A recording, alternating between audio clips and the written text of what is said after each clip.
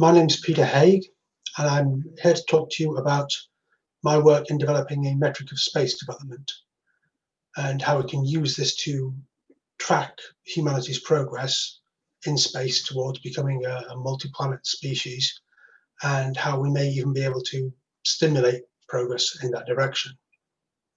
I'm going to start off with a short biography. My background is it's not in engineering, it's in physics and astrophysics with a little bit of software engineering. I did my PhD at the University of Leicester. I've worked at the University of Durham and Cambridge University as well.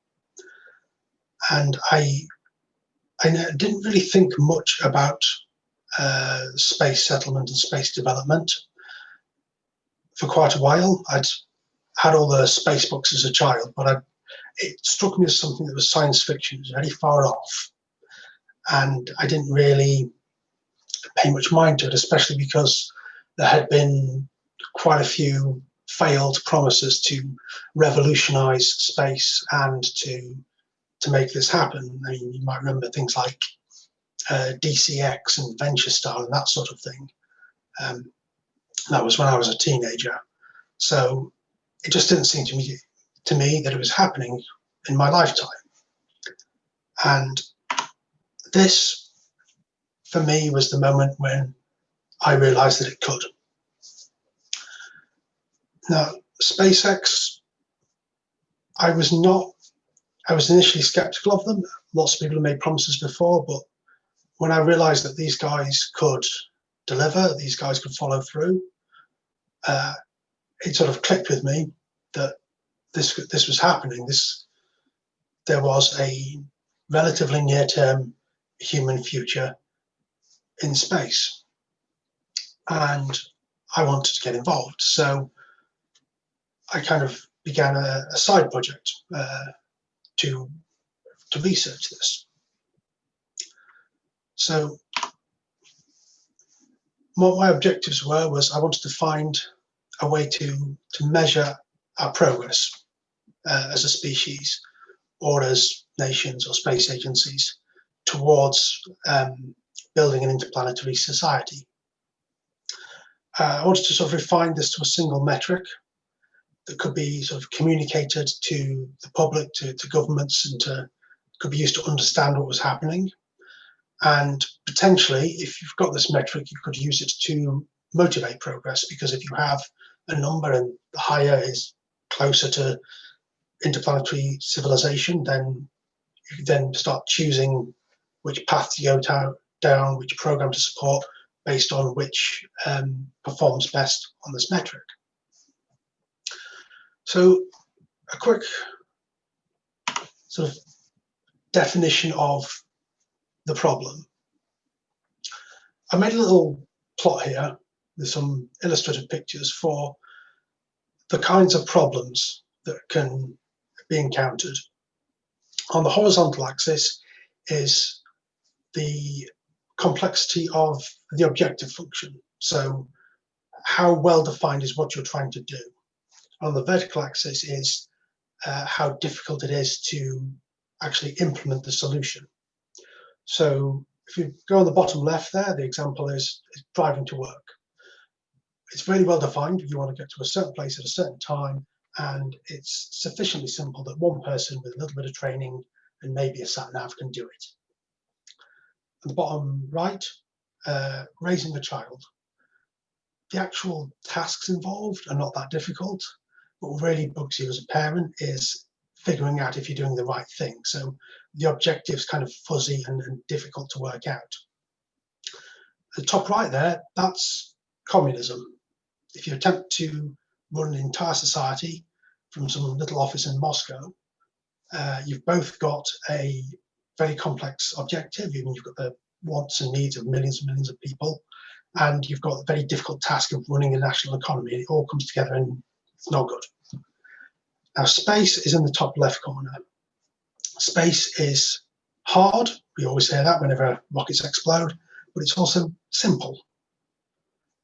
Because if you imagine a Starlink launch, it takes thousands of engineers at SpaceX to pull this off.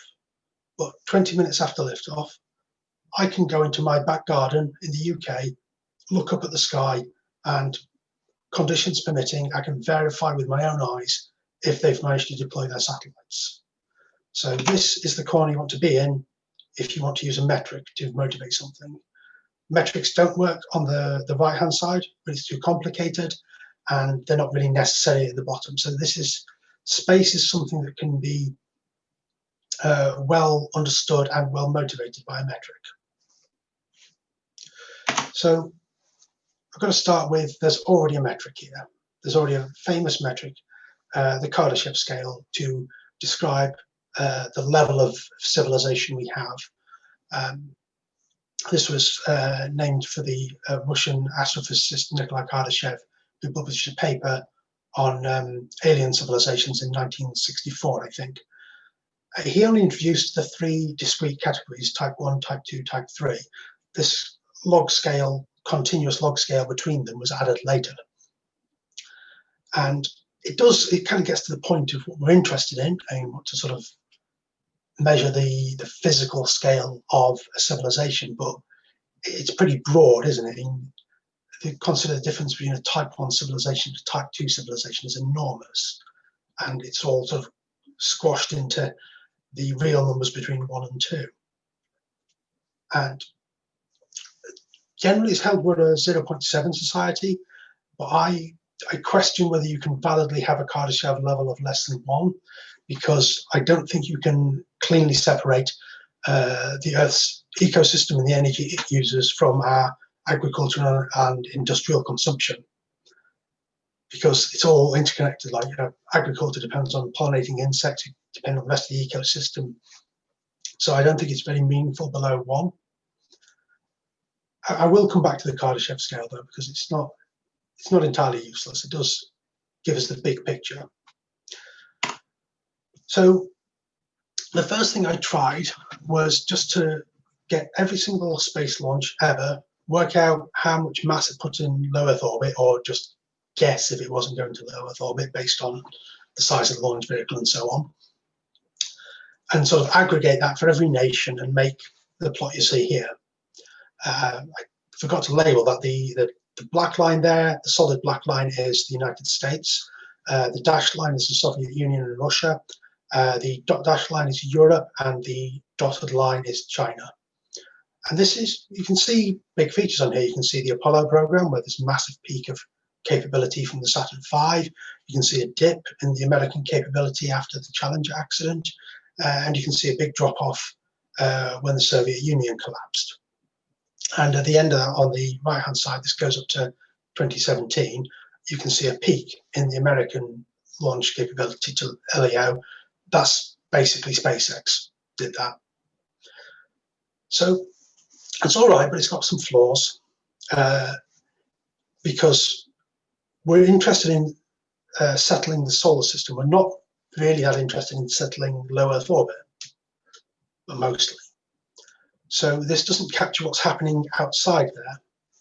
Now, obviously, if you send a payload to Mars, then it's going to go through low Earth orbit at some point as it sort of gets ready to do its trans-Mars injection burn. And you can say, well, let's just measure the payload and the booster in low Earth orbit ready to go to Mars, and that's how much we'll add for that mission.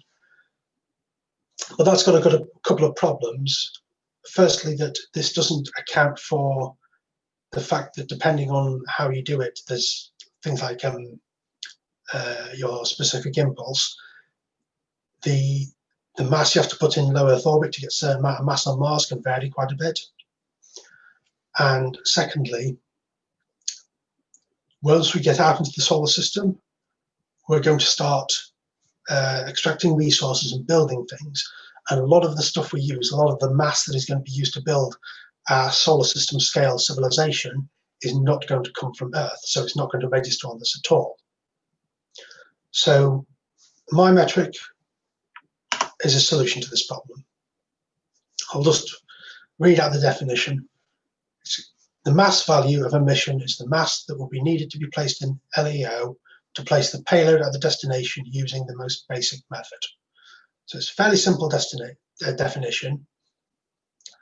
The idea is that if you have stuff going on outside LEO, you have like in situ resource utilization on Mars or whatever, you basically work backwards and say, well, if we did supply literally everything from Earth, what would that mass requirement for that be? And then you can sort of normalize everything into this single metric, which is I call mass value. So the definition is quite simple, but I've highlighted a couple of things in red there that can be a bit tricky. I'm going to cover those quickly now. So first, how do you find the destination? So you just want to have like a map of the solar system where for each point of interest is a delta V to get there from low Earth orbit. But again, that can vary depending on how you do it. So you just want to simplify it. With mass value, you're comparing against this reference method, which has to be as simple as possible. And in this method, you're just ignoring gravity assists and atmospheres and all these things that can help you with your delta V. And you're just saying it's just simple home transfers, patch connects. You don't even get atmospheric help landing. You have to just go back to the surface with rocket power. So then you, for each point in the solar system, when you're working out the mass value, you'll need a delta V, and you just work out the delta V to get there in the simplest way possible. So as a quick example, I'm going to show doing this calculation for Voyager 2, which is interesting because it had 4 gravity assists from each of the gas giants on the way out of the solar system. So when you do a mass value calculation, you ignore all that and you just assume you calculate what it would take to put the spacecraft on its current trajectory with just a single booster starting in low Earth orbit. And as you can see, it's an absolutely enormous booster will be required to do that, 25,000 tons or so. Now, this is a fairly extreme example. This is probably the largest one. Maybe New Horizons would have a higher mass value, but it's useful to do because you want to make sure that the technique doesn't break for high delta V's like this. So I'm going to say a bit more about the basic method. So you're constructing essentially a virtual booster in your mind to work out how much it would take using the most basic method. And this is a booster with 300 seconds specific impulse, so basically storable propellants. I chose that level because it's a round number, and basically any liquid fueled engine can outperform that. I think the Ascent engine on the Apollo lunar module beat that, and that's basically the simplest engine you can construct. So it's actually more like a drop tank, because for this is for still version 1. I'm not bothering to work out the mass of any extra engines that will be needed. So you just have this equation, you plug this in, and you'll get a mass value out based on these assumptions. Oh, you can save yourself a bit of time. At the bottom here, I've got a link to GitHub. I've written a Python script that'll do this for you. So I'll go for another example. Let's say a mission sends a payload to the surface of the moon, stages in low lunar orbit, lands 10,000 kilograms. Want to work out the mass value. So we have this kind of virtual dumb booster, and it works out it would have to be about 70,000 kilograms. KGE, by the way, is kilograms equivalent. So just to emphasize, this is not actually a real mission being planned. This is just sort of a test case to measure it against. So I should stress also, the point here is not to compare a real life mission to the sort of the dumb basic method. The only reason you're doing that at all is because you want to compare real life missions to each other, and you need some way to standardize. So this raises the next slight question, is what do you count as your payload? So in this case, you're leaving a stage behind in low lunar orbit. Would that count? And landing legs and things like that. So if you look here, we've got a picture of Apollo 17 taking off from the lunar surface, and you look at that and think, where's the payload? Is it just the astronauts and the samples and their supplies inside the ascent module? Does the fuel of the ascent module count? Or maybe the descent module? When I've actually done the analysis of the Apollo missions, I counted the entire thing, because the descent module, actually, after landing, the descent module had a few roles still left to do. But for the general case, I have a simple rule that if you wouldn't want the item in question to be replaced by some generic matter like rocks or sand or something like that, if that would completely disrupt your mission, it's payload. One of the main reasons for this stipulation is that like you have a lot of examples of mission plans where you look for lava tubes on the moon or Mars, and if somebody was being a bit cheeky with this, they'd say, well, I've just built my base under this lava tube, there's millions and millions of tons of rock above my head, that's my payload because I'm using it for radiation shielding. So this sort of deals with that contingency. So another example where this is relevant is I'm just going to do an analysis of Mars Direct versus the sort of vaguely defined lander they had in the 90-day study for the Space Exploration Initiative in 89-90. So Mars Direct, the Earth return vehicle, was launched on a vehicle with a 120 tons LEO capability. The 90-day study said between 500 and 800 tons in LEO would be required. When they land, they have similar masses. But as soon as the ERV lands, its mass starts increasing because it starts making propellant. And it ends up being 129 tons on the surface, while the 90-day study Mars lander is the same. So you work backwards through the formula, you come up with this.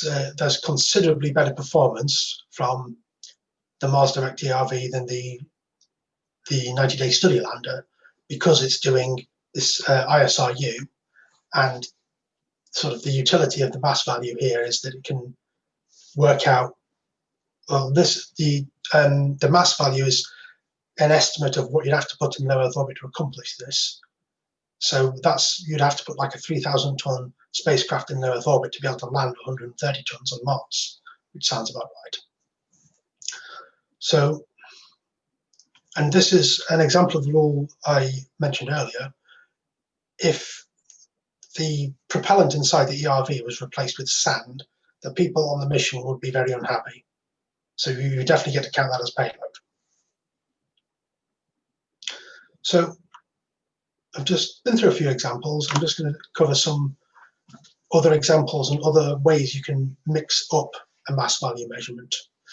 So the late Hans Rosling wrote a great book called Factfulness, and it's about not letting yourself be deceived by numbers. And one of the things he warns against is lonely numbers. So it's like if you have X people have died, well, out of what population, over what time period, and so on. Fortunately, with mass value, it plays nicely with quite a few other numbers. You can work out a mass value per dollar. You can work out a mass value per kilogram in low Earth orbit if you want to focus in on how your beyond Earth orbit efficiency is. You can relate it to life support systems. So if you have a 99% closure in a life support system and you're the 1% is being supplied from Earth, you can say, well, the mass value of the life support system is 99 times that input, because the stuff you're getting from recycling is still payload. And you can get in, you can price in propulsion, you can price in risk, as I've shown here. And also, it links in with this idea from the book Artemis by Andy Weir, where they're on this moon base, they have a currency based on mass.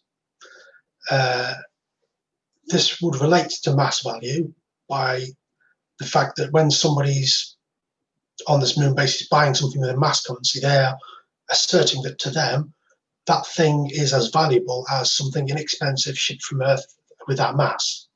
And so you're using a market to do a mass value calculation there.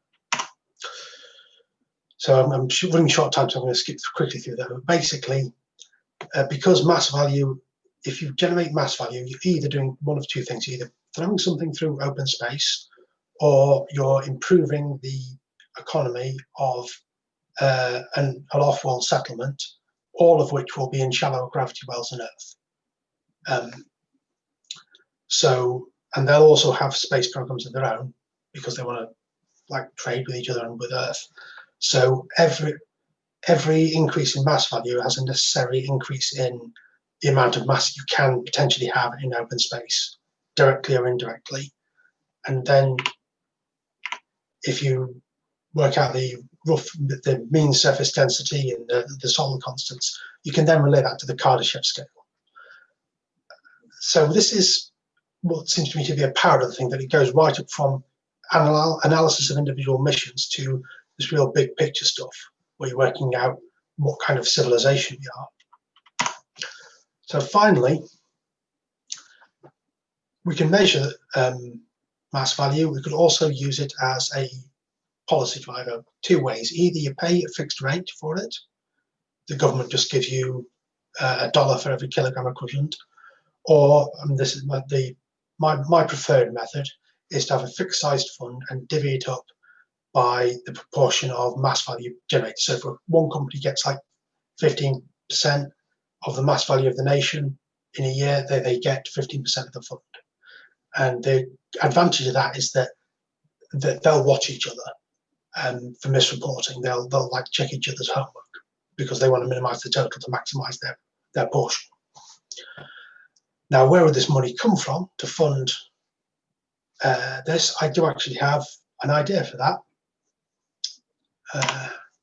So this graph I made a while ago needs updating, but it gets to the basic point.